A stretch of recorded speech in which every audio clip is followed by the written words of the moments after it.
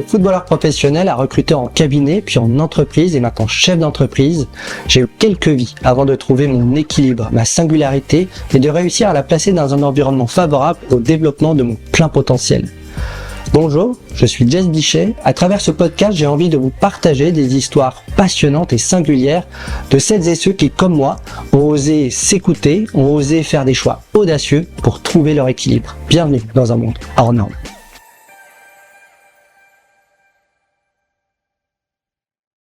Bonjour, bienvenue à tous dans ce nouvel épisode d'Hors Norme. Je suis aujourd'hui avec mon nouvel invité, Rassam Yagmae. Salut Rassam. Salut Jess. Comment tu vas ? Très bien et toi ? Ah, super. Alors, je suis d'autant plus ravi parce que je suis très heureux. En tout cas, merci de nous accueillir dans les locaux de chez Free. Ils sont vraiment cool. Ouais, t'es arrivé à un très bon jour, la bonne semaine. Comme je te disais, on lance la campagne marque employeur, donc c'est très coloré et pas mal de festivités dans le coin. Ouais, c'est assez cool. Et puis le côté ancien et moderne est plutôt élégant en tout cas. Ouais, merci. Alors pour démarrer l'épisode, est-ce que tu peux nous dire qui tu es, que fais-tu aujourd'hui ? Alors je suis Rassam Yagmae, je travaille dans les RH et dans le milieu du recrutement globalement depuis 15-20 ans. Aujourd'hui, je suis directeur des talents chez Free, groupe Iliad. Donc Iliad, c'est on va dire la maison mère de toutes les activités de Free en France. Okay.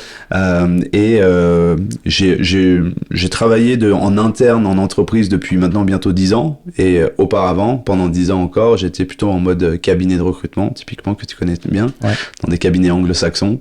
Ouais. Je suis rentré dans ce métier totalement par hasard. Je vais pas être très différent des autres sur le recrutement, notamment, c'est souvent le cas. En cabinet, en étant très commercial en apprenant petit à petit le métier du recrutement, du sourcing et le passage en interne qui a été le switch vraiment super cool. Après, j'aime bien aussi quand je me présente me définir dans l'ensemble où je me place dans le monde et ma perspective sur le monde. Je suis né en Iran, à Téhéran, en 1985 pendant la guerre Iran-Irak. Okay. J'ai quitté l'Iran assez tôt, à 3 ans environ, et donc j'ai pas mal voyagé et vécu dans des pays différents, assez exotiques comme la Corée du Sud, avant d'arriver en France à l'âge de 7-8 ans. Avec ma famille et depuis je suis en France, même si je bosse dans des boîtes tech un peu internationales, mais je suis en France depuis maintenant longtemps. Alors justement, on va y revenir sur ton histoire qui est très singulière évidemment. Justement, ma question pour peut-être lancer ce retour en arrière, est-ce que tu avais imaginé une seule seconde, en tout cas au démarrage de ta vie professionnelle, être là où tu en es aujourd'hui ? Non, forcément. En fait, même il y a encore 2 ans, j'essaye de toujours pousser les limites. Donc, je me dis à chaque fois, où est-ce que je vais être dans encore 2 ans, 3 ans, etc. Mais bien sûr que non, puisque je suis rentré dans le monde professionnel officiel, puisque on va dire, moi, je parle pas des petits jobs d'intérim, du travail, de serveur, de machin, etc. Le monde du travail corporate en entreprise, de mettre un costume, etc. Ça a été totalement inconnu pour moi, et en gros j'étais pour te la refaire, on faisait un tour 2005-2006 à la fac de Nanterre, un petit peu là par hasard à errer dans les couloirs à faire du foot que ça parlait. Je faisais principalement du foot, pour ceux qui connaissent la fac de Nanterre à cette époque. Il y avait un petit terrain stabilisé à côté, donc j'étais souvent plutôt sur le terrain de foot, et j'ai une amie, une de mes meilleures amies à Londres, m'a dit que son copain à l'époque travaillait dans un cabinet de recrutement. Ils allaient ouvrir un bureau à Paris et ils cherchaient quelqu'un qui parlait bien anglais et qui voulait être stagiaire en gros dans le recrutement. Et donc c'était une de mes forces. À l'époque, je le dis souvent, je voyais pas en quoi c'était une force quand j'ai grandi en France et quand je suis arrivé en France et que je parlais pas un mot de français, que je parlais iranien, que je parlais anglais. Personne m'a fait comprendre que ça pouvait être une force. Évidemment, je l'ai compris un peu au fil de l'eau, mais c'est pour la première fois, c'est ma seule plus-value que j'avais. J'ai apporté un entretien, ça a fait la différence, et je suis rentré. Et donc, à ce moment-là, non, clairement, je me suis pas dit qu'au fil de l'eau, j'allais devenir quelqu'un qui allait comprendre de plus en plus les codes de l'entreprise, un métier, jusqu'à... Parce que justement, je prends le point fac de Nanterre. Avant d'arriver à la fac de Nanterre, effectivement, qu'est-ce qui se passe ? Bon, j'ai fait une scolarité classique. J'avais alors vu que je parlais bien anglais, j'ai fait, je sais pas si tu connais Sèvres, j'ai fait le lycée de Sèvres. Donc le lycée de Sèvres, c'est une école où il y avait une section internationale. Donc j'avais fait la section internationale là-bas. Donc j'avais toujours, en gros, ça te permet de faire le baccalauréat français et un équivalent en Angleterre, si tu veux, du GCSE par exemple. Et donc ma scolarité, bon, globalement, j'étais plutôt un élève talentueux, plutôt moyen, médiocre en termes de résultats bruts. Toujours, on va dire, je faisais le minimum nécessaire pour passer et j'avais... je parlerai pas de traumatisme, mais j'ai pas du tout aimé ma scolarité. J'ai détesté être à l'école. Je pense parce que c'est forcément, je pense avec le recul lié au fait que je suis arrivé en France, dans un pays, une culture que je ne connaissais pas. À titre perso, j'avais en plus à l'époque, mais ça c'est vraiment annexe. Mais maintenant avec le recul, je me dis que ça a forcément joué. À cette époque, mon frère n'était plus avec nous parce que lui, il est resté à Londres chez ma famille parce qu'il était trop âgé entre guillemets. Il avait 14 ans pour rester en France. Attends, que je comprenne bien. Quand toi tu arrives en France, donc tu avec tes parents, vous quittez le pays. Oui.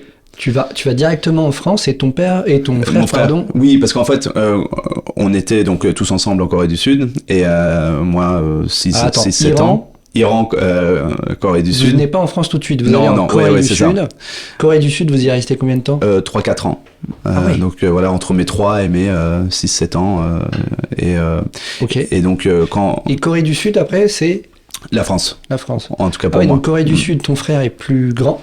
Ouais, il a 14 ans à l'époque. Et en gros, le système scolaire... Ok, d'accord.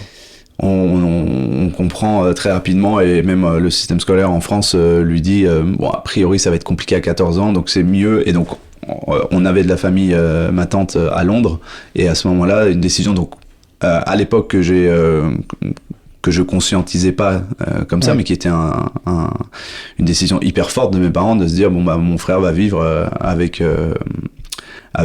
ma famille à Londres. Donc du coup, c'est vrai que l'arrivée en France, tu parles pas la langue du pays.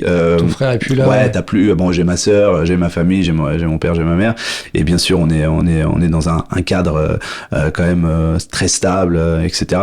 Mais le système scolaire français de l'époque, et je le raconte souvent sur le côté, tu fais des dictées, t'as des -20, t'as des -22. Et en fait, il y a pas cette place de bienveillance entre guillemets. Moi, vu que j'avais connu en Corée du Sud, j'étais dans une école américaine. Voilà, le système anglo-saxon américain, clairement, on est plutôt dans aujourd'hui voilà, les écoles Montessori, etc. poussent beaucoup cette culture-là, mais de prendre la singularité de chaque élève, de laisser la place à ce que les élèves puissent s'exprimer, etc. Et d'être plutôt dans l'encouragement des efforts que dans la sanction et la punition. Et donc rouge. Et donc en fait c'est un amas de tout ça. J'ai même des parfums, tu vois. En fait la maîtresse française, c'est cette espèce de traumatisme, je pense, que j'ai sur le côté je sens ce côté la classe, la salle de classe, tu connais personne, c'est ouais, toi c'est vraiment un souvenir anxiogène en fait. Ouais. Et du coup même aujourd'hui je suis incapable de faire des devoirs avec mes filles. J'ai une fille de 11 ans, une fille de 8 ans, incapable de faire des devoirs avec elle parce que je m'énerve très rapidement. En fait j'ai cette frustration de dire mais ça sert à rien tout ça, on s'en fout que t'aies une mauvaise note. Comment ça, t'as dit ça à la maîtresse, mais tu vois, là-haut bon ma femme non, faut que tu comprennes pourquoi c'est important tout ça, et moi je dis mais tout ça on s'en fout. Moi j'ai bien réussi sans rentrer dans tous ces codes là. Juste une question, pourquoi tes parents font le choix de la Corée du Sud? Oui, ça c'est vrai que c'est un choix fort. Alors je l'ai pareil. Souvent on comprend les choix de ses parents une fois qu'on grandit, et puis en fait on n'en parle pas réellement sur le coup, parce que mon père a fait ses études en France pendant la guerre d'Algérie, donc rien à voir parce qu'on est iranien, donc rien à voir avec l'Algérie, mais lui la France et l'Iran voilà, ils ont des connexions en termes de culture, en termes de langue. Il y a beaucoup d'Iraniens qui ont fait leurs études en France à cette époque, avant la révolution, à l'époque du Shah, et mon père donc voulait toujours revenir en France parce qu'il avait adoré la France et il parlait du coup couramment français. Par contre, pendant la guerre d'Algérie, il a connu, en fait, il a vécu ce que c'était d'être un immigré en France pendant cette époque-là. D'accord. Et donc, il a compris, lui, par exemple, on l'assimilait totalement à un Arabe ou un Maghrébin ou un Algérien, en l'occurrence, à l'époque. Ouais, donc, il a compris que l'hostilité qu'il pouvait y avoir en Europe ou en France à cette époque-là, et en fait, il avait le choix entre Busan, donc en Corée du Sud, ou Rotterdam aux Pays-Bas. D'accord. En fait, lui, il avait capté que aux Pays-Bas, c'est encore un peu plus hardcore en 1987, 8, 9, ou dans les années 90 que la France. Et il a dit, la Corée du Sud, c'est un choix plus exotique, ça va être un clash encore plus fort pour ma mère notamment, etc. Mais du coup, pour d'autres problèmes. Pour d'autres problèmes, mais au moins, et je vais le dire de manière très crue, on était considérés comme des blancs en Corée du Sud. Ah ouais. C'est-à-dire, en Corée du Sud, ils font pas la distinction, t'es bronzé, t'es maghrébin. En fait, la couleur de peau chez eux, c'est pas le Alors sujet. bien sûr qu'il y en aura, j'imagine que si tu es noir, c'est un autre délire, mais quand t'es un peu entre guillemets beige marron, à cette époque en tout cas, on était comme je te disais dans une école américaine. Ouais.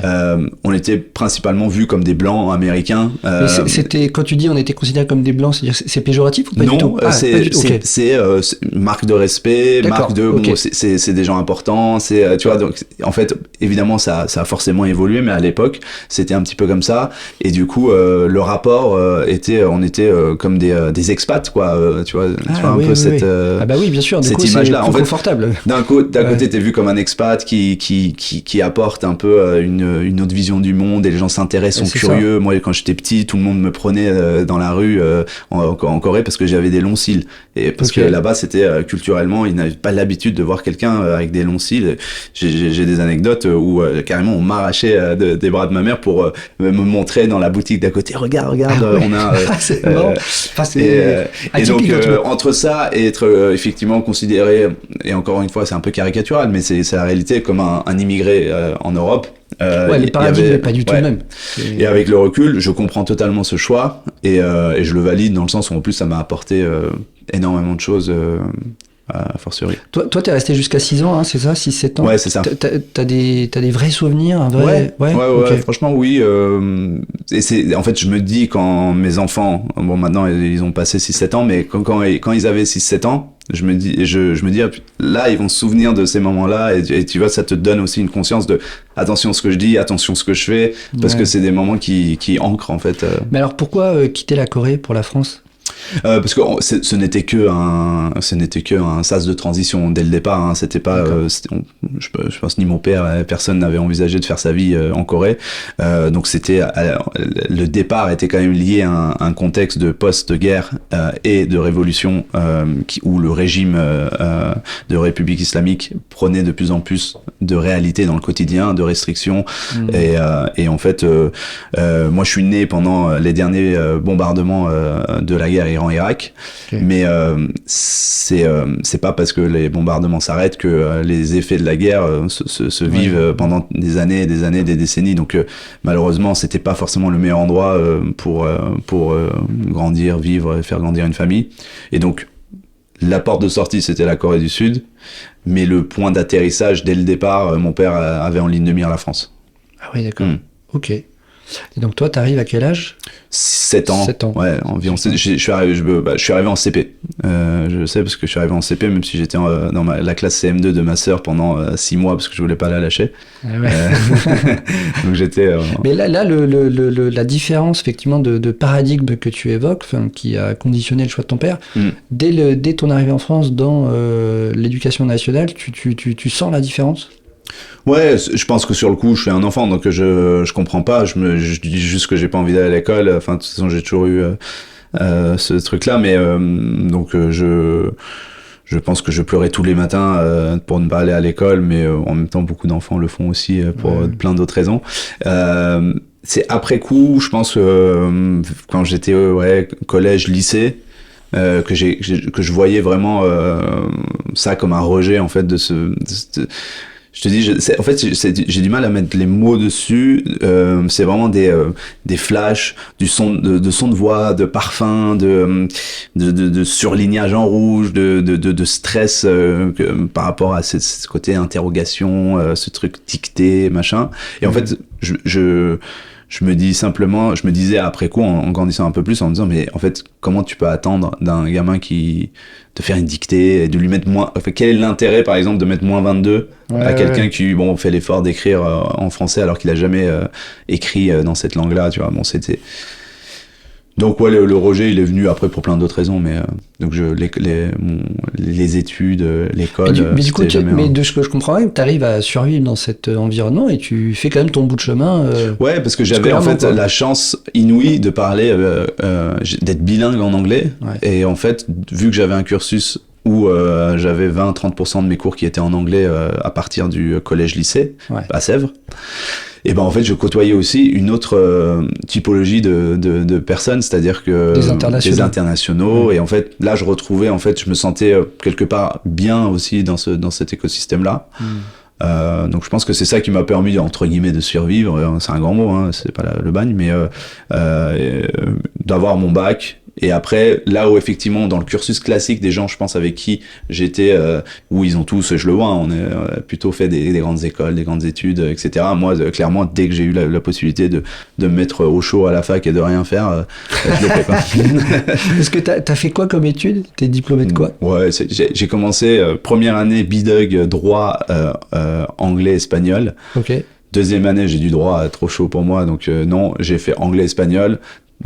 Après la deuxième année, espagnol trop chaud pour moi, j'y arrive pas. Je suis allé sur les fondamentaux, l'anglais, et j'ai fini à valider une licence d'anglais. Okay. Et c'est marrant parce que... Et tu vas jusqu'au master ou pas du tout? Non, je suis pas allé au master, mais même la licence, je voulais pas la valider. En fait, j'avais commencé ce fameux stage dans ce cabinet de recrutement en mai 2007, et je devais valider mes partiels en juin 2007. Okay. Et moi, une fois que j'ai fait mon stage, et ça se passait super bien, je te raconterai peut-être un peu ces débuts-là, mais je dis mais je vais même pas au partiel. Je veux plus rien avoir avec la fac, le truc et tout. Okay. Et c'est mon boss de l'époque qui m'a dit moi je te propose pas le CDI si tu ne valides pas tes partiels. Et du coup pour lui faire plaisir entre guillemets, pour avoir le CDI, j'ai validé les partiels. Franchement, je vais te dire parce que je pourrais dire heureusement que je l'ai fait avec le recul. Non. Là, ce serait... Et en fait, ma femme m'en voudrait parce que je dirais ça à mes enfants, tu vois, aujourd'hui, un peu de manière provoque. Concrètement, ça ne m'a rien changé du tout. J'aurais pu faire un bac plus 5 peut-être. Concrètement, je referais tout pareil. Mais bon, je l'ai quand même validé, la licence. En tout cas, c'est le point de départ dans ta vie professionnelle et notamment le recrutement. Dans le recrutement, exactement. Et là, finalement, ça devient ton premier job. Enfin, Premier job CDI, premier job costume, premier entretien, je prends le costume de mon père, trop grand, j'ai la boucle d'oreille Diams, je sais plus de quel côté, là, je sais plus. Et j'ai la photo, j'avais fait un post sur LinkedIn il y a quelques années dessus, parce que là, c'est où? Tu vas à la Défense? Je vais à la Défense, exactement. Ah ouais, à la Défense, okay. La Défense, dans un cabinet qui s'appelle Aston Carter, qui depuis maintenant c'est Allegis qui les a rachetés.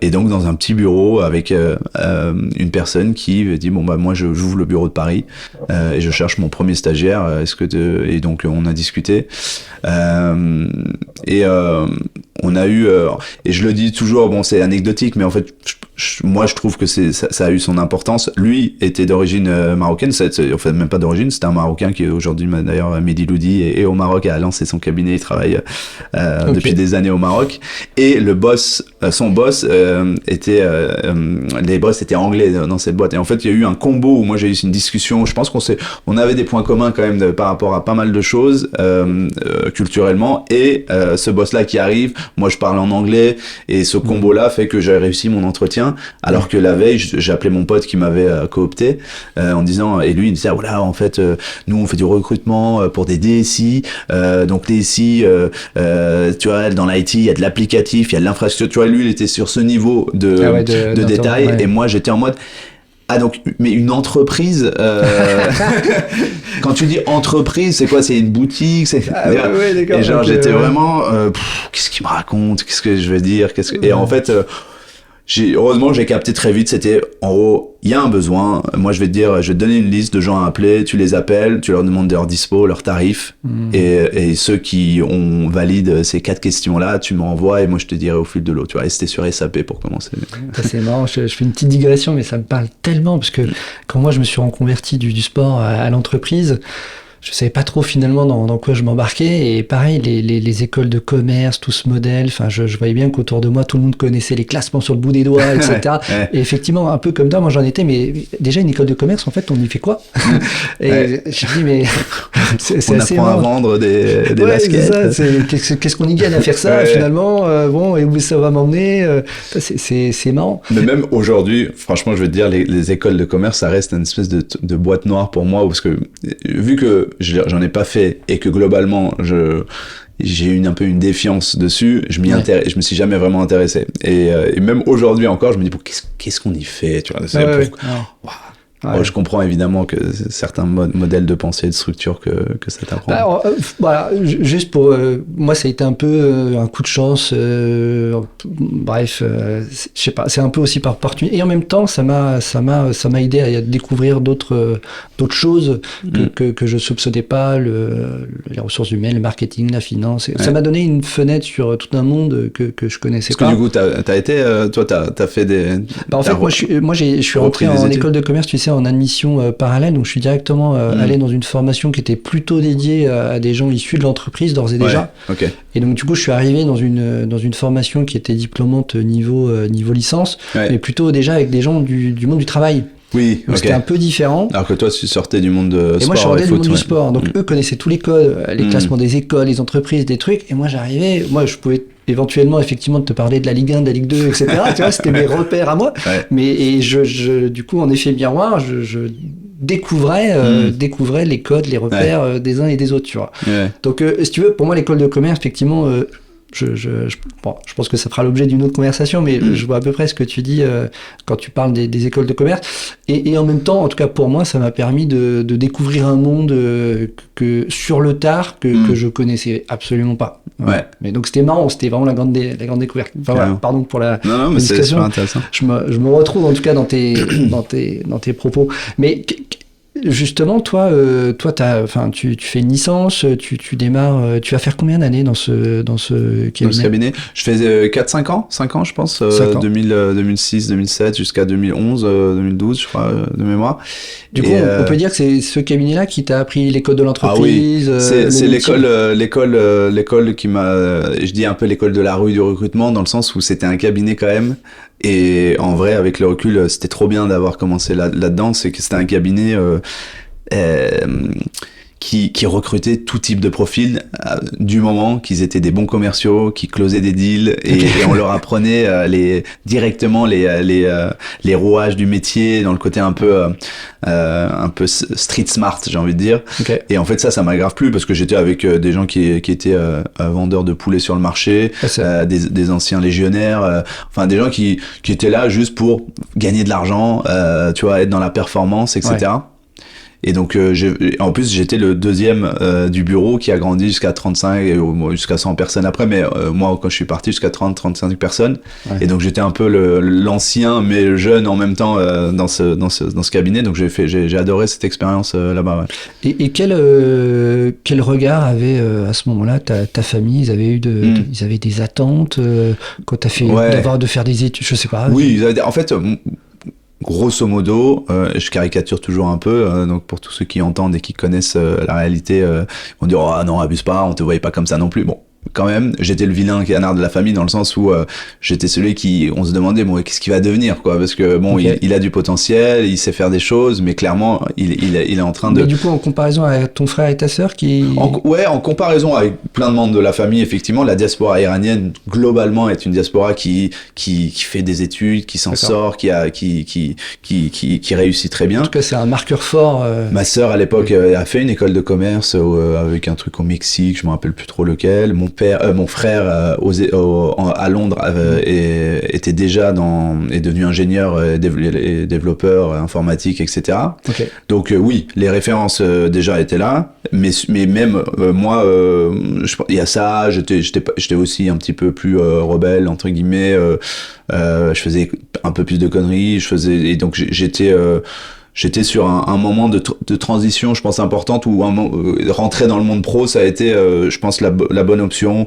Ça arrivait au même moment où j'ai rencontré ma femme, et donc ils l'ont vu d'un œil. Ah, il a une femme, enfin il a une copine, sérieux. Il commence à devenir un peu plus posé. Il travaille, il gagne de l'argent. Et puis dans le recrutement, c'était l'âge d'or du recrutement en cabinet, SAP, etc. Tu pouvais très vite gagner beaucoup d'argent. D'accord. Et donc ça, pour moi, ça a été aussi, c'est un peu restrictif de le dire ça comme ça, mais le fait de gagner d'un coup autant d'argent, moi, au bout de mon stage, j'avais 300 euros de salaire de stagiaire pendant 3 mois. Et au bout de mon stage, le bonus que je me suis fait par rapport à mes placements et mes resourcing, à l'époque on appelait ça, c'était 8000 euros. Donc j'ai gagné 8300 euros genre à la fin d'un mois. Ouais. Et genre je me suis dit mais c'est quoi ce délire. Et donc je me suis dit mais en fait s'il faut faire ce petit effort de mettre un costume, de oui bonjour monsieur Nani, faire des rendez-vous avec une petite pochette et faire le pingouin pour mais que tu vois la rétribution de ça c'est que les gens et puis oui je pense il y a le côté financier, il y a le côté de se dire que tu commences aussi à c'est important que tu vois tes parents se disent voient que tu commences à être fier. Bien sûr ils ont toujours été, j'imagine, fiers de moi aussi, mais globalement l'entrée dans le monde pro m'a permis aussi de me définir aussi et de me repositionner un peu dans le game familial. Et justement, comment tu le vis, cet apprentissage tu dis mettre le costume, etc. Jouer à l'homme d'affaires, enfin, tu vois, choper les codes de la défense, du business. Mal dans le sens... Enfin, mal. Je le voyais vraiment comme un costume pendant quand même... ses débuts, tu sais, c'était... En plus, à l'époque, j'avais pas non plus encore vraiment d'argent, donc dans le sens où... et puis c'était un cabinet qui imposait le costume et la cravate et d'être à 8h du matin au téléphone, déjà était aux toilettes, etc., hyper militaire. Mais c'était pas grossièrement, ils avaient pas une espèce de truc parce qu'il y avait ce côté anglo-saxon, parce qu'il y avait ce côté très presque populaire dans le sens où il y avait des gens un peu partout. La marque de ton costume ou la couleur de ta chemise, ou est-ce que t'as des boutons sur le col ou pas, ne rentrait pas et donc avoir un costume Célio, ça m'allait très bien à l'époque, etc. Et donc c'était un sujet presque, j'imagine, à l'école, les gens qui mettent des uniformes, donc ils le voient, moi j'ai mon costume, etc. Je voyais quand même, c'était plus le théâtre qu'il fallait faire face à un client, tu vois. Oh oui, bonjour, oh, vous avez de très beaux locaux, oui, très bien, oh, machin et tout. Tous ces cérémoniales-là. Je trouvais ça marrant, mais en fait, j'y prenais goût au fur et à mesure. C'est quand je suis rentré dans l'autre cabinet, Robert Walters, où là, en fait, c'était que des consultants qui étaient issus des métiers pour lesquels ils recrutaient, qui avaient tous fait des grandes écoles, a priori. Et là où j'ai capté que, en fait, c'est pas parce que t'as un costume que t'es dans leur monde, tu vois. Tu commences à, là t'as découvert les codes. C'est d'accord. qu'il y a encore beaucoup de choses à capter pour rentrer dans les sphères, dans d'autres sphères, quoi. Et donc ça a été un passage à l'échelle entre guillemets pour moi entre les deux cabinets. Et ça, comment tu le vis effectivement ces codes effectivement, alors il y a tous les codes d'appareil, le costume, le truc, le bidule, mais effectivement après là c'est des codes. Enfin, tu fais référence à ces codes d'origine sociale finalement. Ils viennent de la bonne famille, il a fait la bonne école, et tout s'enchaîne de manière assez logique. Comment tu vis la chose? En vrai toujours plutôt bien, parce que globalement les 5 premières années de taf m'ont rendu la peau assez dure, tu vois, de me prendre des murs et des murs et du mur dans la prospection commerciale, font que j'étais pas dans un truc où je me sens pas à ma place, j'ai peur du regard des autres. je m'en fichais un peu, mais au moment où je captais, ah ouais, non, mais là, je fais un peu tiède par rapport à ce que je pourrais, tu vois. Et en fait, ça me faisait juste chier, tu vois, je voulais upgrader à chaque fois, mais j'étais pas dans, tu sais, je le vivais pas mal, Non, mais est-ce que, tu vois, tu parlais tout à l'heure de la Corée du Sud, où il y avait une approche plutôt équivalent Montessori aujourd'hui, où effectivement on travaille ta singularité, et on t'autorise et on te demande surtout de l'exprimer, et que le collectif tolère chaque singularité pour que ça soit cohérent finalement, qu'il y a un effet de groupe. Là effectivement, je referai le lien avec ta découverte du système français, on est un peu plus sur l'individualisme, pas la singularité, l'individualisme. C'est quand même différent. On se moque finalement de savoir qui tu es à partir du moment où tu respectes la méthode. C'est à peu près OK. Et est-ce que dans ce monde hyper codifié que tu trouves, là, effectivement, on retrouve les gens... Enfin, moi, c'est un peu... Parce que, pareil, quand j'ai commencé dans la chasse, j'ai découvert ça aussi. Les gens ne faisaient pas forcément parler leur singularité, mais par contre, faisaient parler... plutôt cacher leur singularité pour mettre devant ce côté bon élève, quoi, et puis faire respecter tous les codes, les trucs, les bidules. Comment toi, plutôt, ma question c'est plutôt comment tu vis le truc en disant, finalement, t'as au fond de toi ce côté, moi j'ai une singularité et je l'assume déjà très tôt. Quelle voie choisir entre les deux options. Parce que dans ce que tu me dis, je trouve que tu... T'as fait un choix fort déjà jeune. Je pense qu'effectivement, t'aurais tes origines, ton origine familiale, ce passage en Corée, t'es bilingue, t'es déjà multiculturel, t'es déjà dans le côté inclusif des choses. Finalement, la vie fait que t'as une singularité que t'as à peu près cernée et que t'as envie d'assumer assez tôt. Et là, t'arrives, on te dit dans un modèle où ta singularité, c'était bien gentil, mais là, il y a des codes à respecter, quoi. Bah pendant très longtemps au départ, je me suis juste fondu dans les codes au maximum parce que un des points, et j'en ai parlé récemment, c'est que je pense que pour commencer à faire accepter sa singularité, mais toi-même à avoir envie de la montrer en entreprise, devenir bon dans ce que tu fais, et de montrer aux gens que t'es bon et d'avoir un domaine d'expertise sur lequel tu commences à être une référence. Même à une petite échelle, te permet de gagner, donc de prouver, rentrer un peu dans les codes pour de parler le même langage. Pour déjà. Et ensuite, tu vois, faire que ton interlocuteur déjà s'intéresse à toi parce qu'il te voit comme dans le monde du cabinet, tu vois ce que c'est les top billers, ils ont l'attention des gens, ils ont l'attention de la direction, on vient te serrer la main, et donc faut d'abord être top biller pour avant de dire c'est sûr que si. Et en fait, j'ai une anecdote là qui m'est revenue, mais quand je suis arrivé dans ce cabinet Robert Walters, moi, mon arme secrète a toujours été quand même l'anglais. C'est-à-dire que quand tu parles très bien en anglais, dans un écosystème en France où globalement il y a peu de gens qui parlent ultra bien anglais et même ont le bon accent, machin, etc. Quand tu le fais, bah ça te met, parce que et puis c'est con, hein, mais il y a tout un espèce de patrimoine.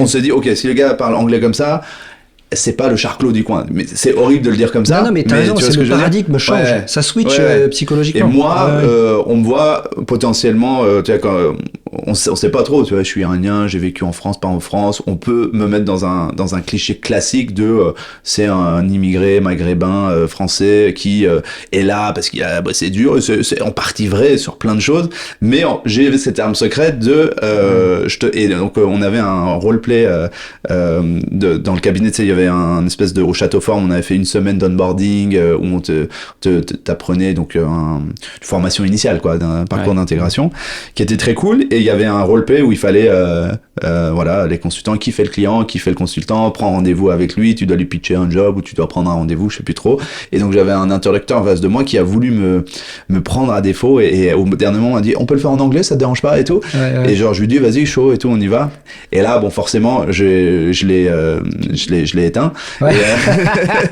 et du coup je voyais les directeurs associés dire mais c'est qui ce gars et tout, genre et tu sais, tout le monde après venait me voir en mode mais comment tu parles anglais comme ça, mais c'est fou nanani, et donc en fait, ça a toujours été un petit peu mon arme secrète. Donc, et ça a été la première voie pour commencer et tu vois, je trouve que c'est un bon exemple de dire, voilà, bon, là, c'était un peu triché parce que j'ai été bon avec quelque chose, voilà, bon, j'ai. À tricher, non, ça fait partie de toi. Voilà, ça fait partie de moi, mais genre, je veux dire, j'ai pas travaillé, en l'occurrence, dans le cabinet pour, là où tu peux être bon, être top biller et ensuite vouloir prouver. Là, les gens, du coup, en s'intéressant à moi, bah, je pouvais raconter cette histoire, tu vois. Là, ils avaient l'écoute, et c'est pas la même chose que d'arriver de tout de suite vouloir étaler qui tu es, ta singularité. Donc il y a eu ça, il y a eu plus tard, et j'en ai parlé aussi, mais j'y ai pensé d'ailleurs ce matin, et je le salue si un jour il écoute jusqu'à là ce podcast, à Guillaume Dupont. C'est une rencontre incroyable que j'ai fait chez Robert Walters. Guillaume Dupont, okay.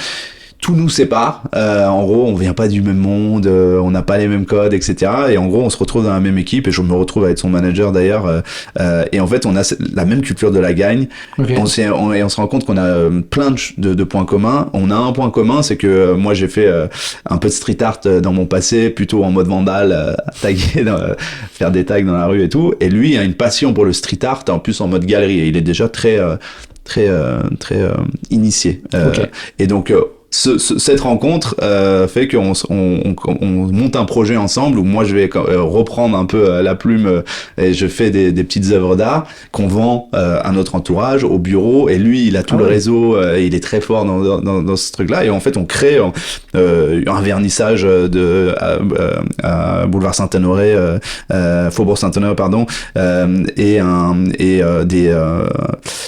des œuvres de charité. Enfin, avec le réseau on arrive à faire une espèce de buzz en 6 mois, et on y croit, on se dit putain, et vous exposez, et on expose, on vend plein de trucs et tout. Okay. Et en fait depuis évidemment c'est devenu un très bon pote, mais c'est pour dire que tout a commencé parce qu'il y avait une œuvre de charité dans le cabinet où chacun devait faire un atelier de sa passion. C'est la première fois que tu réintègres ton envie d'art, ton exactement. Art dans ta vie pro, exactement. En tout cas plus largement dans ta vie pro. Aujourd'hui, je le fais par exemple avec le rap. Ouais. À l'époque, je me sentais pas encore prêt. Le rap, c'était encore un truc trop subversif et un peu trop connoté, banlieue, violence, péjoratif. Ouais.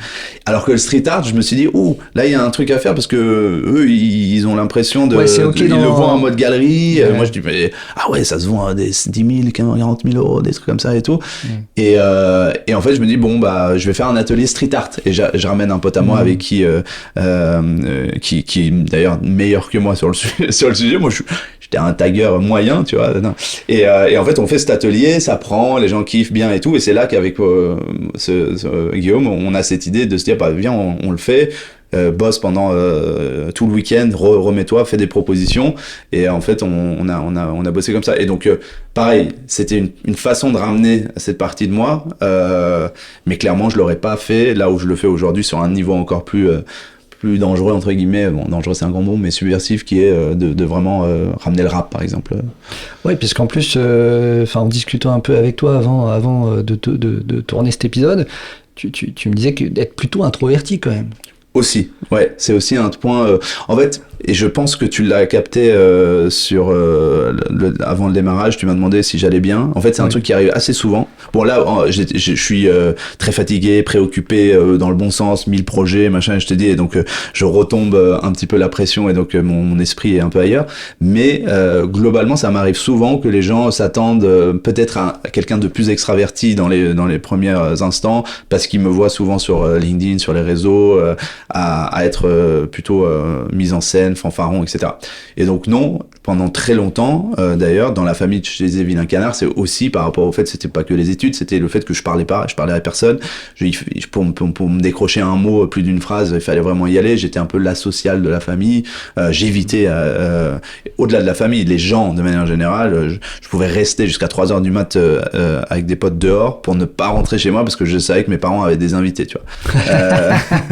Et donc aller parler aux gens et tout, et les premiers surpris sont d'ailleurs mes proches, de se dire mais attends, comment tu fais des podcasts, tu racontes ta vie, mais genre alors qu'à l'époque tu voulais même pas dire bonjour à des gens à la maison, tu vois.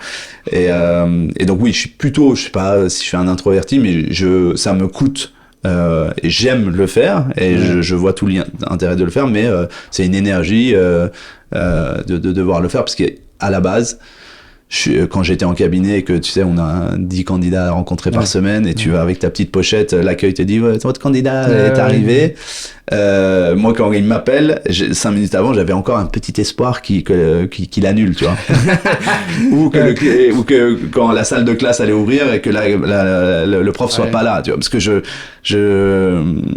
une fois que j'y suis, je le fais et j'aime bien, mais genre avant je me dis toujours si je peux être un peu pépère, je préfère un peu caché, je préfère. Mais alors, juste les œuvres d'art, ça c'est un projet que tu continues? Non, j'ai arrêté. Enfin, je le continue un peu de temps en temps pour les anniversaires de proches, etc. Mais on a arrêté parce que faute de temps. Et puis on a pu bosser dans la même boîte ensemble. Donc en fait, c'était quelque chose vraiment. C'était une espèce de bulle qu'on a vécu ensemble. Mais ouais, j'ai arrêté ça. Mais alors du coup tu fais Robert Walters, ça dure combien de temps? 5 ans aussi. 5 ans, ouais. Ah t'es 5 ans. 5 okay. Ouais, je fais en gros 10 ans dans les câbles, 5 et 5. Pareil, là-bas aussi, il y a une belle histoire aussi, parce qu'on est arrivé avec un trio pour créer l'IT. Ils faisaient pas de recrutement IT et tech aussi. Et ça, c'était aussi un truc où c'était un contraste dans le contraste, c'est-à-dire que je te disais, moi j'arrivais avec les codes où j'ai vu et aussi on nous appelait les bandits de l'IT, tu vois. Parce que avec Michael Cambeau, Alexis Cohen et moi que je salue, ils écouteront sûrement pas, mais je les salue quand même. On était ils te connaissent par cœur, c'est ça? Non, c'est que c'est pas le genre Michael n'est même plus dans le domaine pro classique et Alexis va pas écouter un podcast. Mais par contre on arrivait comme avec des méthodes de closing et de prospection un peu plus loupard. Et puis même notre style de manière générale, tu vois, les personnes là que je te cite, effectivement, ils ont aussi des parcours sur lesquels on se retrouvait beaucoup. Et globalement, on a été, moi, à titre perso, plus dans l'équipe qu'on représentait l'IT comme nouveau, etc. Et donc, on a quand même créé cette équipe et on en a fait un succès pendant 5 ans. Et donc, ça, c'était une très belle... Mais j'imagine qu'il existe toujours et qui existe toujours, bien sûr, ouais, qui a été décliné sur du freelance, management de transition, du CDI et qui vit bien, quoi. Et qui vit bien sûr, ouais. Alors tu fais quoi après Robert Walters? Et après Robert Walters, j'ai eu la chance en fait qu'on me tende la main pour aller en interne. En fait, j'ai rencontré Noémie Sichel-Dulon qui était une consultante RH sur le marché RH chez Robert Walters. Okay. Et elle est partie elle avait déjà fait plein de boîtes en interne. Elle est repartie en interne chez Axway, qui est un éditeur logiciel franco-américain. Et on s'entendait très bien. Quand elle est arrivée là-bas, elle m'a dit, dès que j'ouvre un premier poste dans mon équipe, j'aimerais bien te proposer. J'ai dit, ouais, pourquoi pas. C'était encore l'époque où interne, c'était genre, ouais, mais c'est nul d'être RH en interne, ils sont pas bons.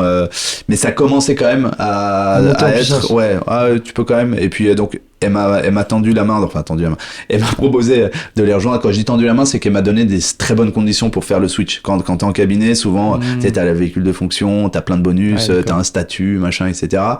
Et pour aller arriver en interne dans quelque chose où tu peux faire quelques concessions, mais globalement tu t'y retrouves, c'était pas simple. Et donc là, elle avait réussi à créer ces conditions. En quelle année ça? 2014, 15, je pense. Ouais. Ah ouais, déjà à ce moment-là, ouais, 2014, ouais, déjà le recrutement d'entreprise, on laissait peu de place, en tout cas aux gars qui recrutement interne, ouais. C'était un peu vraiment les débuts de ça. Et puis après il a commencé à avoir un peu les startups qui commençaient à bien marcher. Criteo, tu vois, il y avait une startup qui s'appelait Scality à l'époque pour lesquelles on bossait chez Robert Walters. Je voyais que c'était quand même super dynamique, t'avais des recruteurs en interne qui avaient l'air bons et tout. C'est fou quand même de se dire, parce qu'on est quand même tous les deux recruteurs, qu'on parle de 2014. Ouais. Quand tu vois l'historique de d'autres fonctions comme, je sais pas, marketing, finance, etc., qui ont déjà 30, 40, 50 ans d'existence, enfin bon, c'est solide, où les gens se posent plus vraiment la question. 2014, effectivement, être recruteur en entreprise...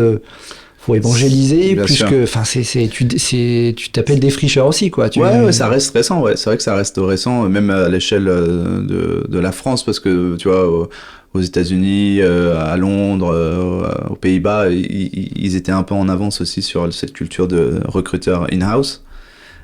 Et donc c'était trop bien d'arriver dans ces conditions chez Axway. J'ai rencontré plein de gens qui m'ont ouvert l'esprit sur le sourcing, notamment. J'en parle beaucoup, mais j'ai rencontré Paul Mouchet là-bas qui était très averti et très passionné par le sourcing à l'époque dans l'écosystème français et irlandais, qui connaissait bien et tout.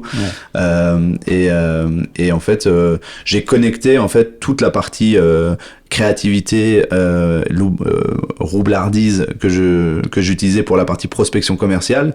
Sauf qu'en cabinet, à chaque fois, bah, derrière, je lâchais un peu la balle sur cette créativité, ce punch pour aller chercher les candidats. Il y avait des chargés de recrutement, des chargés de sourcing et donc on attendait que ça nous tombe un peu dedans, on allait chercher dans la thèse, etc. La chaîne de valeur est segmentée. Le vrai truc, c'était d'aller chercher le besoin et tout. Et en fait, j'ai compris à quel point, en fait, si j'appliquais un petit peu ces préceptes de créativité, d'innovation et juste d'expérience dans la partie candidat via du sourcing. Et du coup, on a eu pendant 2 ans et demi, 3 ans chez Axway, une espèce de bulle de laboratoire où on a testé plein de choses, on a créé un compte Insta, on s'est vraiment bien amusé là-bas aussi. Et c'était c'est là où ton côté créa vraiment rentre dans l'entreprise, quoi. Ouais, je dirais. Et aussi dans l'entreprise, il y a un peu moins ce côté théâtral que tu as quand t'es prestataire cabinet, tu vois. En cabinet, en interne, tu fais genre par rapport à tes collègues parce que t'es toujours dans la compète. Tu fais un peu genre par rapport à ton boss parce que tu veux toujours montrer que t'es genre le gars sûr, il est toujours au taquet et tout. Et t'as les clients, tu vois, c'est le truc absolu où oui, machin et tout. Et donc, en interne, on est tous un peu dans le même bateau. Allez, on va pas non plus, tu vois, il y a un besoin, on est en galère et tout. Bon, on va pas se mentir. Tu peux te prendre des taquets plus directs, mais au moins. Et donc, ça, plus le fait que j'ai lâché le costume aussi. Tu vois, à ce moment-là, je mettais une chemise avec un jean, donc c'était une première étape, tu vois, mais tout ça a fait que j'ai commencé à comprendre, tu vois, qu'en entreprise, il y avait peut-être un espace de liberté peut-être plus forte que finalement en cabinet. Bon, en tout cas, tu as choisi une entreprise à ce moment-là, et aujourd'hui, tu es free, tu es chez Free, donc tu prends des cultures qui sont en adéquation avec ta singularité. Ouais, exactement. Pas forcément de manière calculée. Franchement, la seule décision que j'ai prise avec un petit peu d'intention, c'est quand j'ai quitté Doctolib pour Free. Ah oui, pourquoi? Okay. Parce que je pense que avant ça, à chaque fois, je découvrais un truc que je ne savais pas qui existait. C'est-à-dire quand j'étais à la fac, je savais pas le monde dans l'entreprise. Je suis arrivé dans ce monde-là. Quand j'étais dans ce monde-là, je savais pas que au-dessus en cabinet, il y avait un niveau un peu plus top management où des codes étaient encore plus machin, etc. Quand j'ai quitté ce monde-là pour aller en entreprise, j'ai découvert à quel point en entreprise ça pouvait être aussi différent, cool, machin. Et ensuite, je suis allé chez Doctolib où j'ai découvert le monde de la start-up et de la French Tech et des levées de fonds et de la structure et de tous ces trucs que je connaissais encore pas. Et donc, après, à ce moment-là, j'avais à peu près tout vu. Ouais, t'as fait le tour. Et en connaissance de cause, je me suis dit, je vais aller dans un grand groupe, mais qui a une histoire de start-up, un héritage avec un sens et un produit différent, et surtout en entretien qui me raconte quelque chose qui est diamétralement opposé de toutes les autres scale-up qui me demandent de faire un Doctolib bis ou qui sont déjà au-dessus parce que c'est de la big tech, des Facebook, des machins, etc. et qui veulent juste accélérer encore plus sur ce sujet-là. Et donc c'est pour ça que je dis que c'est la première fois que de manière consciente, je me suis dit non, je veux aller dans un endroit qui me parle différemment, où je vois totalement ce qu'on peut prendre des meilleurs des trois mondes, quoi. Ok. Justement, pour quelle raison tu rejoins Doctolib? Je me fais chasser. J'étais dans un moment où chez Axway, je sentais que tout le monde allait. Ma boss était partie. Paul voulait aller chez Facebook. Il avait des offres. Et donc, grosso modo, je sentais un peu le vent tourner. Et puis c'était un peu l'ère des startups qui commençaient à bien marcher. Même si, encore une fois, je connaissais clairement Doctolib. La première fois que j'ai entendu, le cabinet m'a dit Doctolib, j'ai entendu Doctissimo. J'ai entendu, genre, je le voyais comme une filiale du ministère de la Santé. Tu vois, j'étais en mode, ouais, bon. Et après, quand je suis allé en entretien, j'étais genre émerveillé des locaux, de l'énergie, du niveau des gens que j'avais en face de moi. C'était déjà les locaux dans le 17 non, alors là ils sont à Levallois. À l'époque, c'était à Monceau, dans le 8e. Et dans le 17, c'était vraiment les tout débuts. Parce que là... Doctolib, ils sont à Levallois aujourd'hui. Ah, ils sont à Levallois, mais ils n'ont pas rénové une espèce de gare ou je me trompe, bon bref, on s'en fout. Ouais, ça me dit rien. Il me semble que dernièrement, je suis passé, c'était dans le 17, tu sais, là où il y a toutes les rues. Je suis passé 12 ans à Paris et je me rappelle plus. Tu sais, dans le 17e, il y a les rues d'Amsterdam, rue de trucs de bidule. Ils n'ont pas des locaux ou je me trompe de... Non, aujourd'hui, non.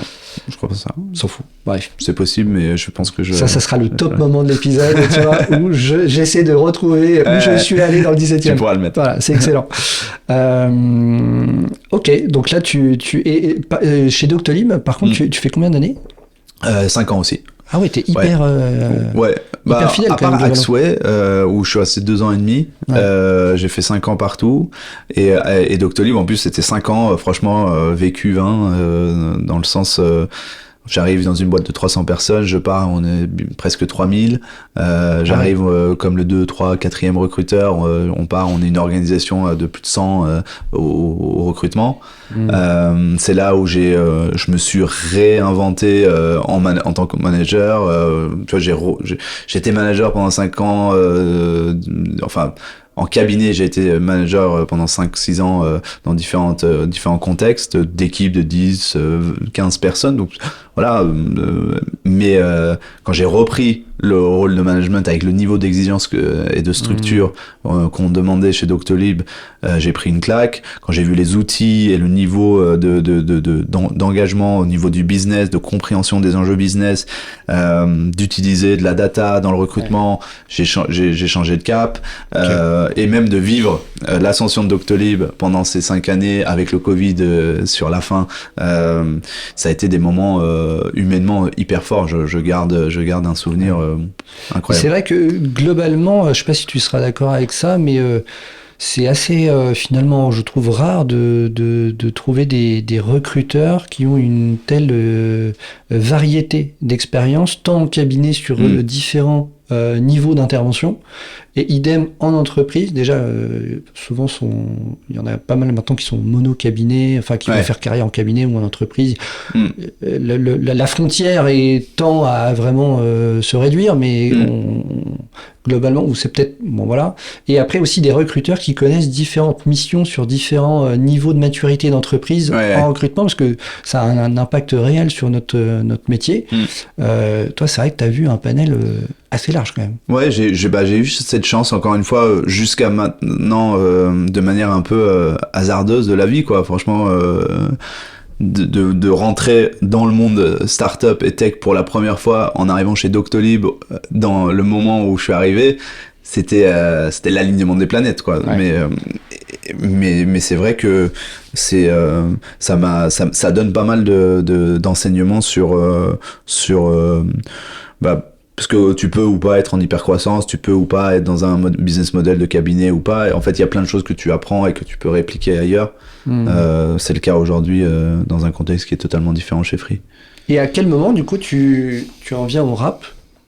Ah oui, alors le rap, en fait, c'est avant tout ça. Le rap, c'est entre mes 15 et mes 20 ans. J'ai grandi à Fontenay-le-Fleury dans les Yvelines. J'ai commencé à rapper avec des potes à cette époque, et petit à petit j'ai eu un vrai feeling avec une personne, et on a monté un groupe et on a fait plein de projets au niveau underground, tu sais, voilà. Oui, jeune, t'avais un groupe. Ouais. Mais bon, c'était l'époque, tu vois, à l'époque, il n'y avait pas encore la vidéo et tout, donc c'était vraiment, les MySpace, c'était les Skyblogs, c'était les concerts, tu vois, de fêtes de quartier, de fêtes de la musique, MJC, machin, etc. Donc c'était globalement mais je faisais presque que ça, quoi. Quand je te dis j'étais à la fac, mon ton truc c'était quotidien, le rap, c'était quoi. ça en fait. Ok. C'était le rap et d'ailleurs bon, on a toujours ce truc où si j'avais les connaissances que j'ai aujourd'hui, si j'avais le niveau d'ambition, de rigueur que j'ai aujourd'hui, bien sûr que je pense qu'on aurait pu faire autre chose à l'époque dans le rap que on le faisait, mais on le faisait sans rien faire pour que ça marche. Donc mais du coup, c'était à cette époque. Et en fait, le rap dans le monde pro, c'est quelque chose que en fait, la première fois, c'est chez Doctolib en 2018, un an après mon arrivée. On fait une grosse stuff et on doit faire c'est de l'équipe RH qui doit préparer cette grosse stuff. Et du coup, moi à l'époque, je propose qu'on fasse des chansons et des clips et tout, des parodies de musique. Et donc on avait parodié par exemple Casser la voix de Patrick Bruel sur Casser la prod côté dev, tu vois, Casser la prod, si ce soir j'ai pas envie de tester mon code, si ce soir j'ai juste envie de casser la prod et tout. On avait fait Ne me quitte pas pour un sales où un client va te charner, Ne me quitte pas et tout. On avait fait plein de petites choses comme ça. Et moi j'ai dit bah moi je vais faire un son rap parce que c'est ce que j'aime bien faire et tout, tu vois. Et du coup, j'avais amené toute cette équipe en studio. J'avais vu que c'était une expérience team building incroyable aussi. Tu vois, l'écriture, faire des clips, aller en cabine de studio et tout. Moi, c'est un monde que je connaissais parce que je traînais en studio pendant très longtemps. Et du coup, j'ai fait l'hymne Doctolib à l'époque, qui s'appelait Je suis un Doctoliber, sur une reprise du son de Jeune de banlieue de This is la peste.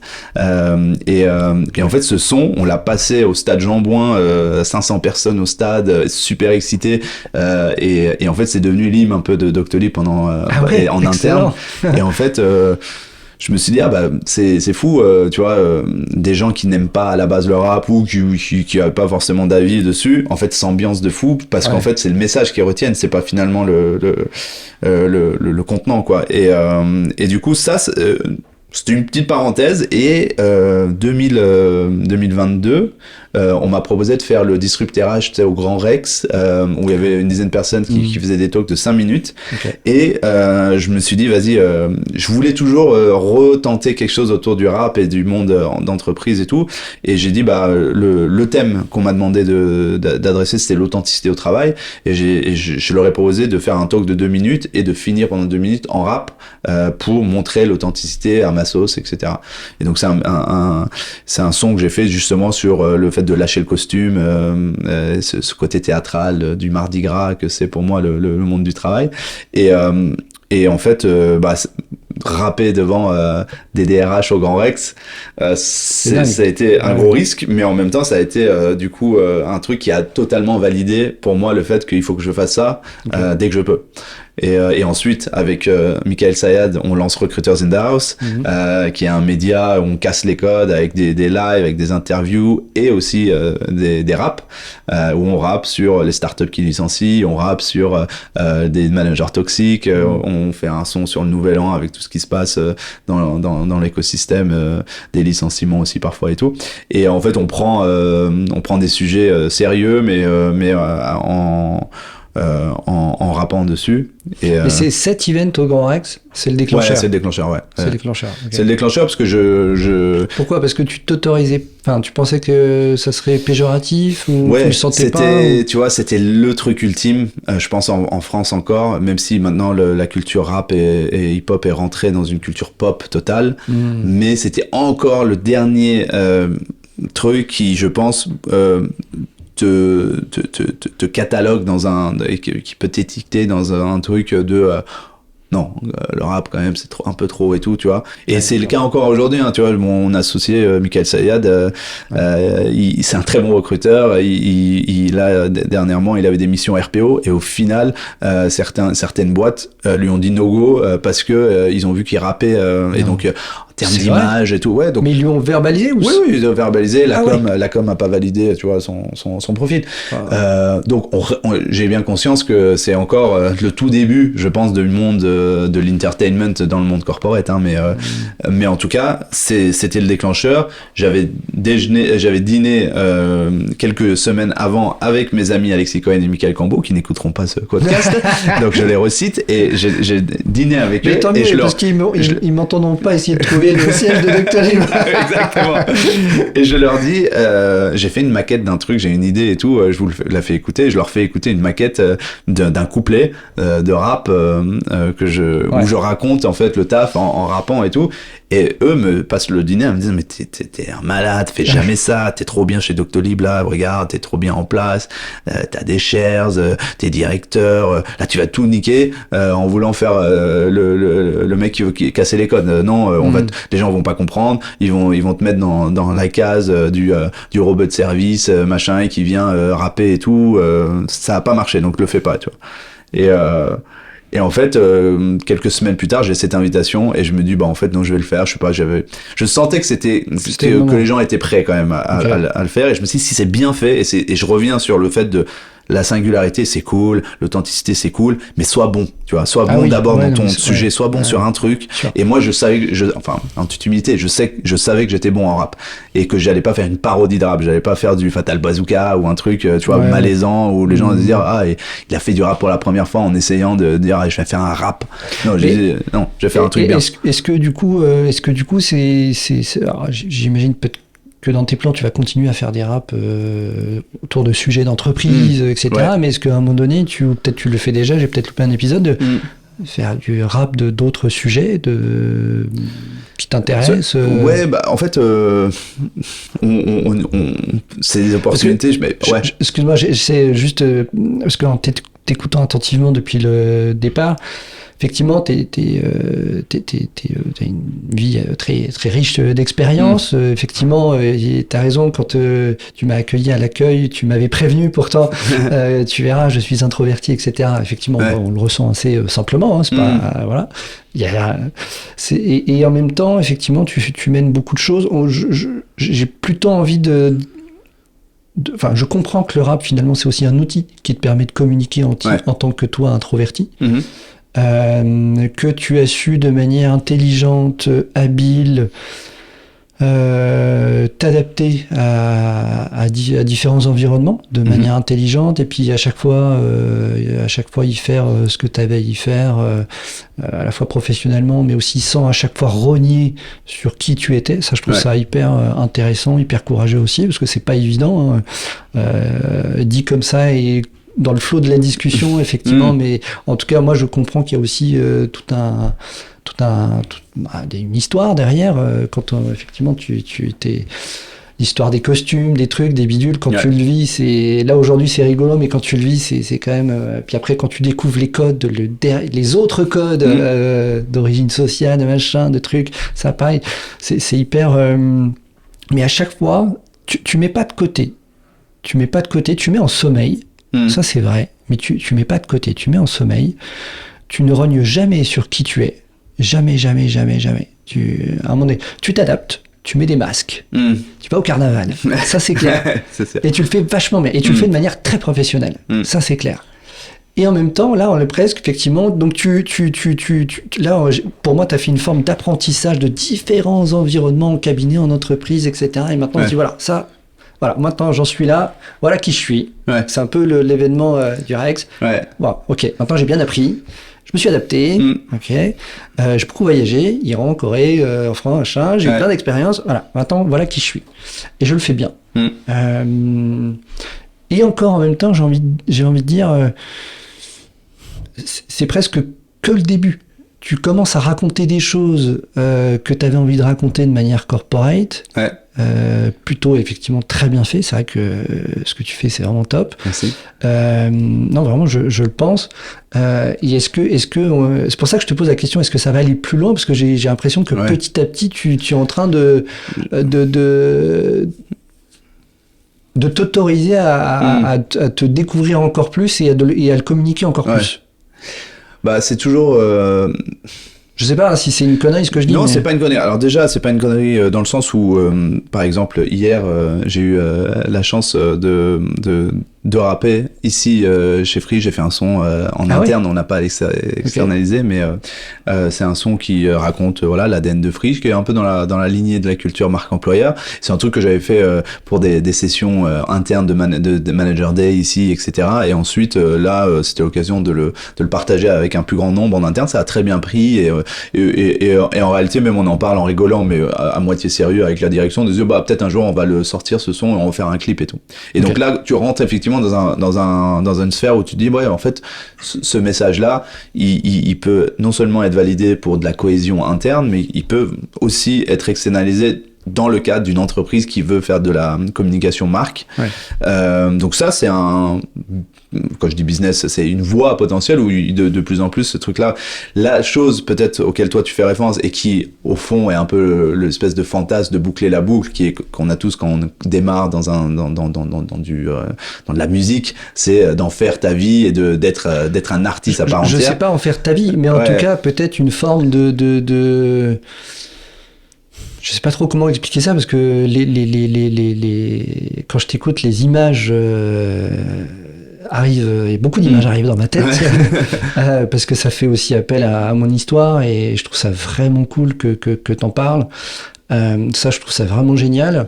Alors, encore une fois, tu t'as jamais renié ta singularité, tu l'as toujours bien fait, t'as su t'adapter. Tu le fais de manière élégante aujourd'hui, de manière très professionnelle, et c'est impactant.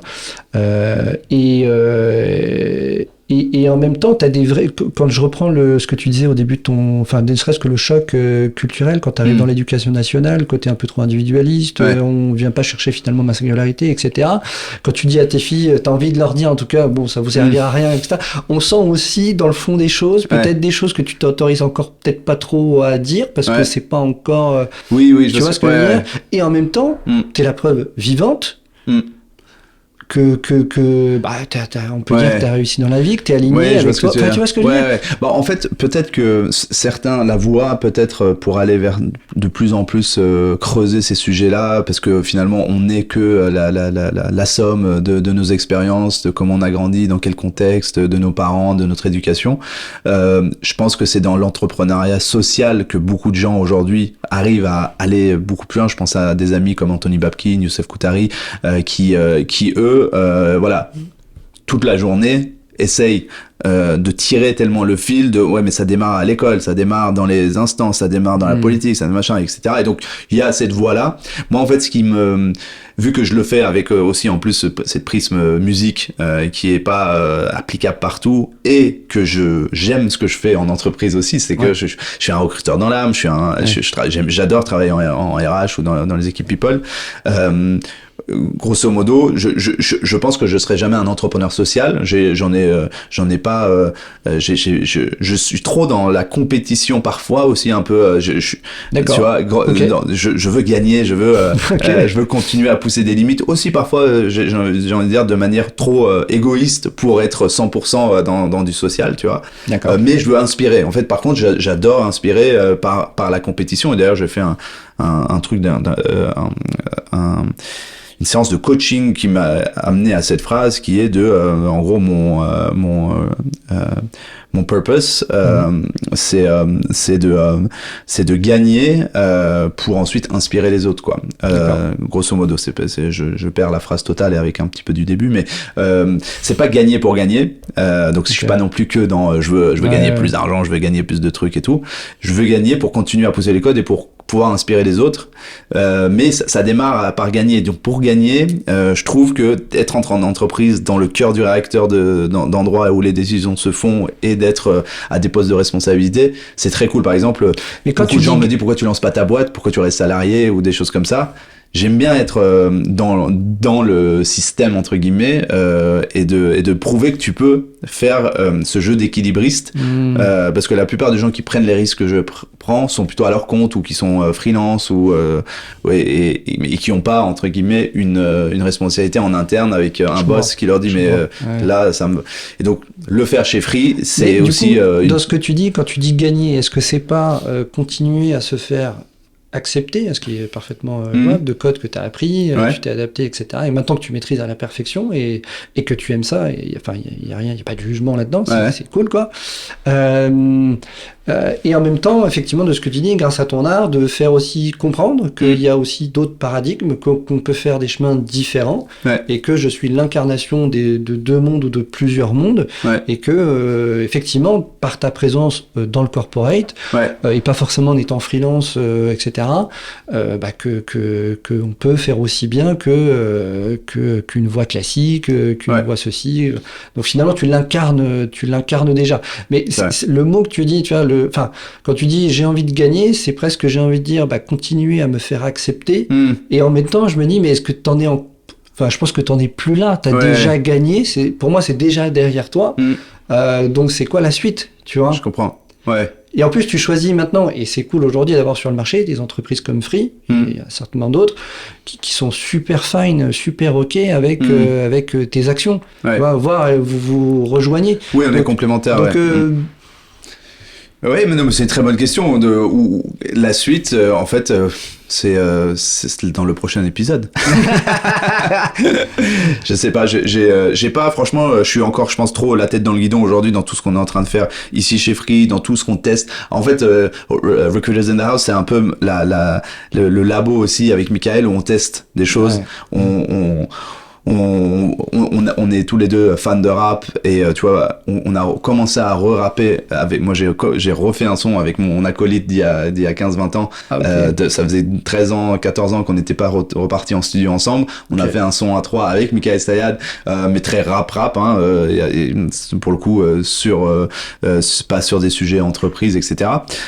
Et en fait on réfléchit là je dirais que c'est un peu au moment où je me suis remis à faire un peu de street art dans ma chambre pour me reprendre et tester des choses et dire est-ce que si je présente quelque chose vers et donc on cherche peut-être cette voie-là un petit peu encore, mais le monde de la musique et le monde artistique de manière générale s'arrête souvent au monde aux portes de l'entreprise et j'ai toujours trouvé ça débile dans le sens où je me dis mais en fait est-ce que c'est pas au taf que tu as le plus d'émotions, de colère, d'amour, ou en tout cas les émotions que tu ressens au taf. Est-ce qu'en plus, ce que ça te procure dans le fruit de ce travail, qui est l'argent, ou le pas d'argent, qui est quand même la base aussi quand même de ce qui fait que tu vas grandir ou pas personnellement dans ta vie. Je trouve que y a pas assez d'artistes qui ont réussi à faire, et peut-être c'est parce que ces artistes-là n'ont pas connu le monde corporate et que finalement, statistiquement, je fais partie de ceux qui ont connu peut-être un peu des deux mondes. Et j'aime rêver que peut-être c'est pour ça que ça n'existe pas et que je peux le créer. Voilà, c'est ça là. Okay. En vrai, oui. Tu crées la nouvelle. J'aimerais ça et j'en ai pas. J'ai beaucoup de copines dans le monde du spectacle avec des artistes de très haut niveau, etc. Mais un peu, tu me fais penser là, mais un peu comme dans l'univers des humoristes. On a vu sur la scène très récemment des humoristes corporate finalement qui sont pas accessibles forcément à certaines populations. Je me souviens plus très bien des noms, mais effectivement j'ai en tête un ou deux humoristes qui sont quand même plutôt CSP+, et puis qui finalement s'élargissent au fur et à mesure en termes de spectateurs, etc. Mais la base, c'est quand même des textes hyper corporate, quoi. C'est vrai.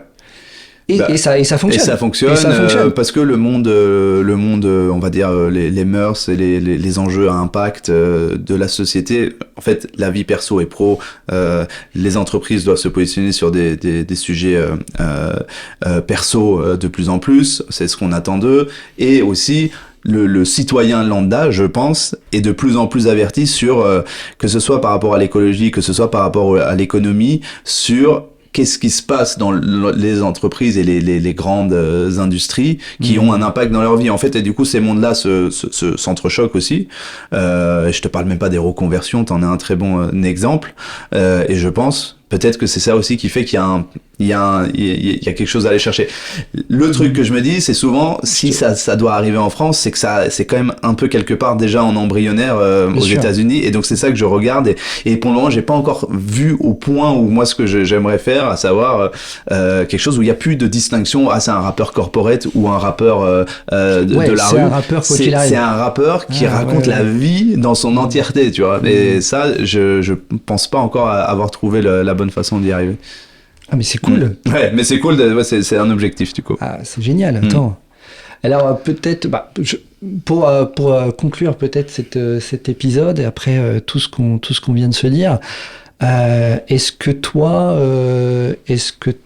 tu penses... Alors, ta singularité, manifestement, tu l'as depuis longtemps, et c'est cool parce on sent qu'il y a une réelle évolution, tu l'as jamais mis de côté, et il y a un axe fort maintenant qui est pris avec cette ambition de créer un nouveau positionnement presque.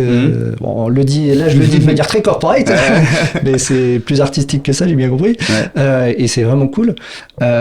C'est vraiment cool parce que, juste avant de te poser une question qui va clôturer l'épisode, je trouve ça cool parce que ça fait aussi une analogie effectivement avec la vie pro, vie perso. Arrêtons avec ça. Enfin, on n'est pas 36 personnes, on n'est pas 2 personnes, on n'est pas une personne au bureau et puis une deuxième, etc. Moi, quand je suis arrivé dans le business du headhunting, c'est vrai que c'était une époque, on parlait pas trop du sport en entreprise. Je ne disais absolument pas que j'étais footballeur, parce que footballeur, péjoratif, footballeur, tu comprends, avec tout ce qu'on y met derrière. Ancien golfeur ou tennisman. C'était déjà plus cool. Ça aurait été mieux, tu vois, pour ma pomme, mais footballeur non. Et ça a mis du temps. Et 15 ans plus tard, tu vois, je peux faire des posts où je m'affiche. Maintenant, c'est accepté.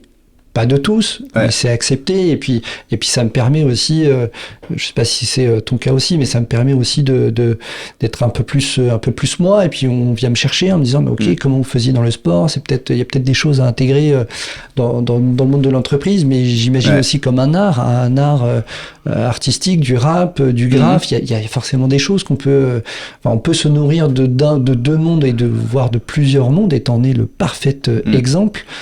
Et merci pour ça, parce que ça, t'as une personnalité à part entière, une singularité à part entière, et je trouve que c'est assez cool, parce que parfois j'interview effectivement, tu faisais le lien, tu disais, est-ce que je serais entrepreneur, pas entrepreneur, etc. Parce que c'est vrai que l'entrepreneur, il trouve assez bien sa singularité, il crée son écosystème pour faire vivre sa singularité. Toi, je dirais que tu as une ambition, je sais pas si elle est plus forte, j'en sais rien, mais tu as ta singularité, et tu veux que tu souhaites en tout cas la propager dans un écosystème existant.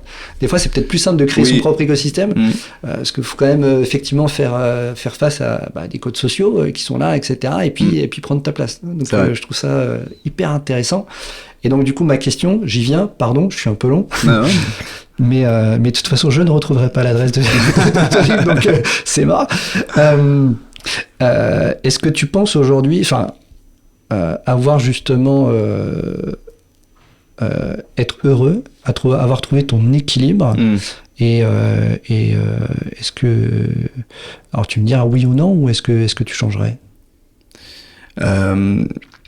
Alors, est-ce que je suis heureux globalement? Oui, je suis heureux, et principalement pour des raisons qu'on n'a pas évoquées aujourd'hui, parce que c'est la base, c'est parce que je suis heureux au niveau familial, avec ma femme, avec mes 2 filles, et c'est aujourd'hui le plus important. Je dirais que tant que je suis heureux à ce niveau-là, je serai heureux. Je suis heureux dans le sens où je pense avoir bouclé la boucle. En tout cas dans une première, dans cette boucle que je connais, on ne connaît pas ce qu'on ne connaît pas encore, mais en tout cas dans tout l'environnement que je connais, j'ai réussi à trouver ma place et de boucler la boucle par rapport à qui j'étais avant, comment je me suis construit et comment j'arrive à le faire. Hier, une personne en interne m'a demandé, parce que j'ai présenté cette campagne, me disait, mais comment tu fais pour être aussi à l'aise et d'être naturel, etc. Je lui ai dit, je pense que c'est beaucoup d'exercice, et c'est à force de faire des choses et de prendre la parole, etc., que ça arrive, ça sert. Et en fait, il faut être bien dans sa peau. C'est-à-dire la plupart des gens qui ont du mal à capter certaines choses qui sont de l'ordre de l'authenticité, de la prise de parole, de se mettre à risque devant des personnes, de peur de jugement, c'est lié à des traumatismes ou des problèmes de confiance en eux. Et donc moi, je pense en avoir encore beaucoup, mais globalement, je suis bien dans ma peau, bien dans mes baskets, et en plus, l'exercice du métier m'a amené à être à l'aise à le faire, et de le faire parfois en étant préparé, parfois en ne l'étant pas. Donc je suis heureux aujourd'hui dans ce cadre-là. Après, souvent, et c'est aussi une question que me pose beaucoup mon entourage très proche, qu'est-ce que tu cherches? Pourquoi tu continues pourquoi tu fais Recruiters in the House? Tu gagnes pas d'argent avec. Pourquoi pourquoi ton agenda il est déjà t'en peux plus, t'es fatigué, pourquoi t'acceptes ce podcast avec Jess? Non mais tu vois, c'est vrai. Globalement pourquoi je raconte ma vie là, etc. Parce que je continue à chercher quelque chose, et franchement, alors, j'ai pas vu un psy pour ça. Par contre, j'ai discuté avec certains coachs pour comprendre en gros c'est quoi ce moteur, etc. Pourquoi? Est-ce que c'est l'argent? Est-ce que c'est la gloire? Est-ce que c'est prouvé? Je pense qu'il y a encore quelque chose de l'ordre de fermer des bouches, tu vois, et tu vois, pas de revanche, pas de revanche dans le bon sens sur le passé ou sur d'autres trucs. Et simplement une espèce d'optimisme dans que ce soit mon destin personnel, mais aussi globalement la place à prendre collectivement à inspirer les autres, de se dire il y a quelque chose, on ne connaît que ce qu'on ne connaît, il y a des choses qu'on ne connaît pas, et il faut être toujours prêt à voir où est cette brèche et de se dire ok je vais montrer la voie et je vais y aller dans ce truc là, et j'espère de mon vivant pouvoir le faire à mon humble niveau, tu vois, et de pouvoir continuer à inspirer les autres et kiffer en le faisant moi-même. Merci Rassam. Merci beaucoup Jesse. C'était top. Merci beaucoup pour ton partage. Incroyable. Merci beaucoup, merci à tous de m'avoir suivi dans ce nouvel épisode d'Hors Normes. Moi, je vous dis à très très bientôt pour un autre épisode. Et si vous avez des questions, interrogations, vous pouvez me contacter via LinkedIn. Évidemment, si vous avez aimé l'épisode, mettez les 5 étoiles sur les plateformes d'écoute. Je vous dis à très bientôt. Ciao, ciao. Merci d'avoir écouté ce nouvel épisode d'Hors Normes avec moi. J'espère qu'il vous aidera à oser vous écouter, à faire des choix audacieux et à prendre un chemin hors des normes. Si c'est le cas, je compte sur vous pour le partager à vos proches, mettre la note de 5 étoiles sur les plateformes d'écoute. Si vous souhaitez également me suggérer des invités ou tout simplement me faire part de vos retours, vous pouvez me contacter via mon compte LinkedIn. Je suis Jess Bichet et je vous dis à très très vite pour un nouvel épisode d'Hors Normes.